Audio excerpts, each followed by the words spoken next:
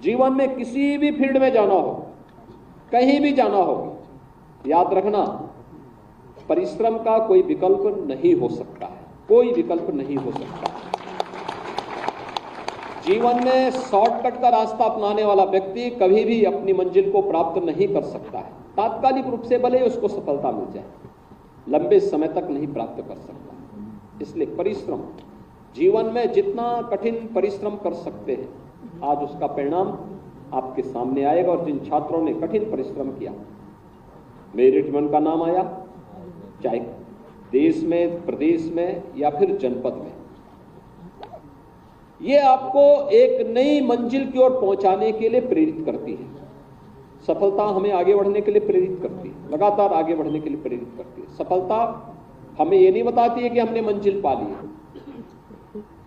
सफलता ये बताती है कि हमारी दिशा सही है, हम सही मार्ग पर चल रहे हैं, हमें भ्रम में नहीं पड़ना है, दिशा भ्रम नहीं होना है।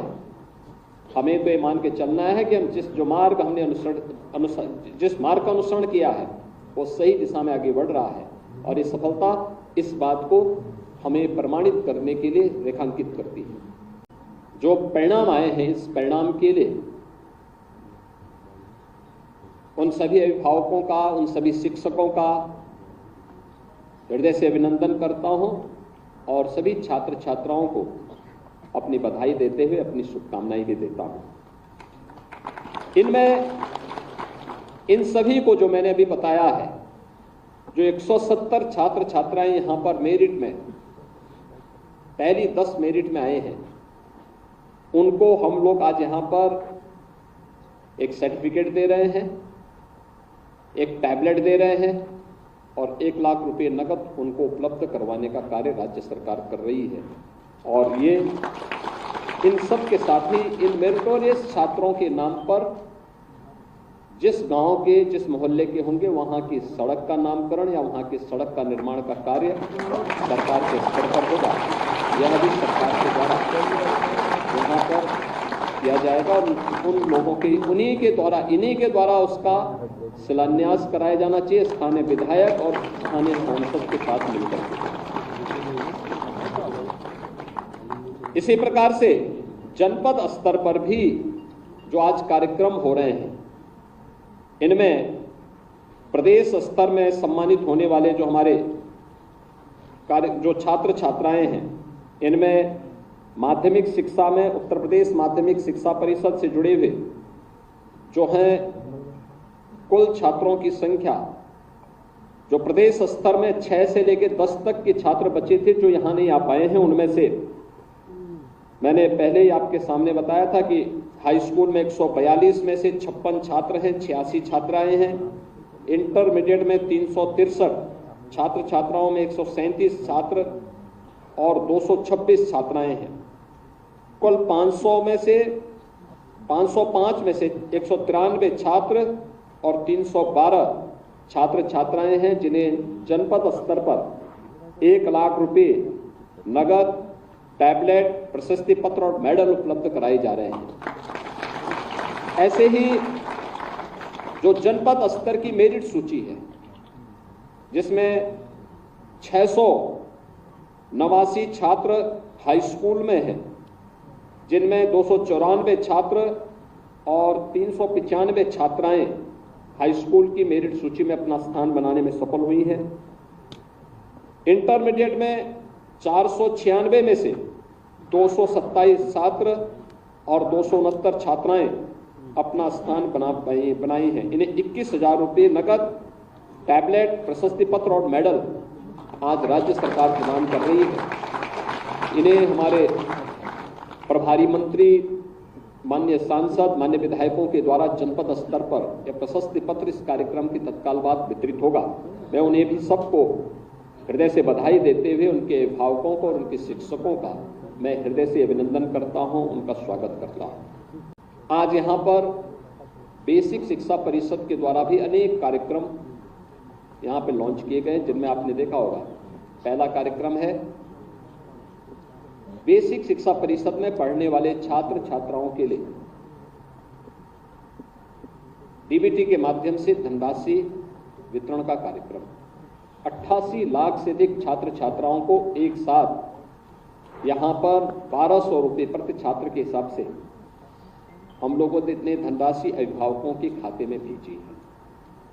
मैं बेसिक शिक्षा परिषद से जुड़े हुए जितने भी बेसिक शिक्षा अधिकारीगण हैं, प्रधानाचार्यगण हैं, शिक्षकगण हैं, उन सब से मैं अनुरोध करूंगा कि उनका दायित्व बनता है कि परसों से स्कूल चलो अभियान प्रारंभ होगा, कोई बच्चा छूटने न पाए। बेसिक शिक्षा परिषद के स्कूल में उसको जरूर एडमिशन कराइए, उसका नामांकन करवाइए और नामांकन करने के बाद प्रयास होना चाहिए कि अगले 15 दिन से 1 महीने के अंदर उसके खाते में फिर डीबीटी के माध्यम से उनके अभिभावकों के खाते में पैसा चला जाए। पैसा जाने के बाद हम अभिभावकों के साथ बैठें और उनसे इस पैसे का उपयोग बच्चे के लिए 2 यूनिफॉर्म, बैग, बुक्स, जूता, मोजा और स्वेटर खरीदने के लिए उन्हें इस बात के लिए तैयार करें। जो यूनिफॉर्म निर्धारित है वह यूनिफॉर्म वे बनाएं। पैसा हम उनके खाते में भेज रहे हैं, पैसा उनके पास आ जाएगा। लगातार सरकार ने इस दिशा में प्रयास प्रारंभ किया, उसके परिणाम आ जाए हैं। बेसिक शिक्षा परिषद ऑपरेशन कायाकल्प, जिसमें जनप्रतिनिधियों की मदद से, प्रशासनिक, पुलिस और शिक्षा विभाग के अधिकारियों की मदद से गांव के या शहरी क्षेत्र के तमाम अन्य महानुभावों की मदद से हम लोगों ने विद्यालयों में आमूलचूल परिवर्तन करने का काम किया। आज परिणाम है कि भारी मात्रा में छात्रों की संख्या बेसिक शिक्षा परिषद के स्कूलों में बढ़ी है। आज उसके परिणाम हम सबके सामने हैं। लोग बेसिक शिक्षा परिषद को भी एक आशा भरी निगाहों से देख रहे हैं। लोगों के मन में लगता है कि हाँ, शिक्षा की नींव मजबूत होगी। आगे बढ़ रहे हैं। अनेक इनोवेशन को, नवाचार को बेसिक शिक्षा परिषद ने विगत 7 वर्ष में आगे बढ़ाने का काम किया था। अन्यथा 17 के पहले जैसे सरकार स्वयं अंधकार में रहती थी, वैसे शिक्षा को भी उन्होंने अंधकार में धकेलने का काम किया था। एक अराजकता की स्थिति थी। बेसिक हो, माध्यमिक हो, उच्च हो, हर जगह स्थिति उस समय थी। आपने देखा होगा माध्यमिक शिक्षा में जो बच्चे आए हैं, ये मेरिट से आए हैं। 12 दिन के अंदर सुष्टापूर्ण तरीके से नकल विहीन परीक्षा प्रदेश में संपन्न हुई। अगले 14 दिन के अंदर परिणाम भी आ गया। यह है कार्य करने का तरीका। नहीं तो पहले 3 महीने परीक्षा होती थी, 3 महीने परिणाम आने में लगते थे, 3 महीने एडमिशन में लगते थे, शेष 3 महीने पर्व और त्योहारों में व्यतीत हो जाते, साल निकल जाता था। लेकिन अब 1 महीने के अंदर परीक्षा भी होगी तो परिणाम भी उसी 1 महीने के अंदर आना है। शेष समय बच्चे के पास अपनी तैयारियों के लिए, स्कूल जाने के लिए, कॉलेज जाने के लिए, नए एडमिशन लेने के लिए, सरकार के द्वारा चलाए जा रहे अनेक कार्यक्रमों में सहभागी बनने के लिए, और आज इसकी शुरुआत हो रही है। स्कूलों की स्थिति ऑपरेशन कायाकल्प में काफी अच्छी हुई। ऑपरेशन कायाकल्प के अगले चरण के कार्यक्रम को लेकर के भी हम लोगों ने नए कदम बेसिक शिक्षा परिषद ने बनाए, जिसमें पीएम श्री स्कूल के रूप में आज उनका आधुनिक स्वरूप भी हम सबको देखने को मिल रहा है। स्कूली शिक्षा का मॉडल क्या हो सकता है? हमने 18 कमिश्नरी में 18 अटल आवासीय विद्यालय बनाए हैं। अटल आवासीय विद्यालय, मैं चाहूंगा एक बार वहां के पठन पाठन के माहौल को, वहां की कार्य पद्धति को, वहां पर चल रही गतिविधियों को बेसिक और माध्यमिक शिक्षा परिषद से जुड़े हुए हमारे प्रधानाचार्यों को जरूर विजिट करना चाहिए। ये सभी बच्चे कौन हैं? वहां अध्ययन करने वाले बच्चे निर्माण श्रमिकों के बच्चे हैं या निराश्रित बच्चे हैं, और सरकार उन्हें वहां पर आज बढ़ाने का काम कर रही है।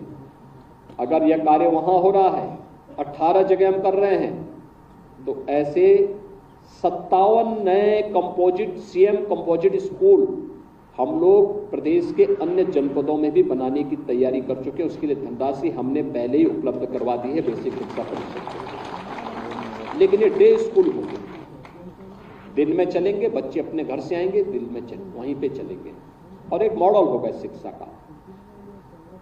इसके अलावा 75 जनपदों में भी इस प्रकार के अन्य स्कूल मॉडल के रूप में बनाने की कार्रवाई चल रही है।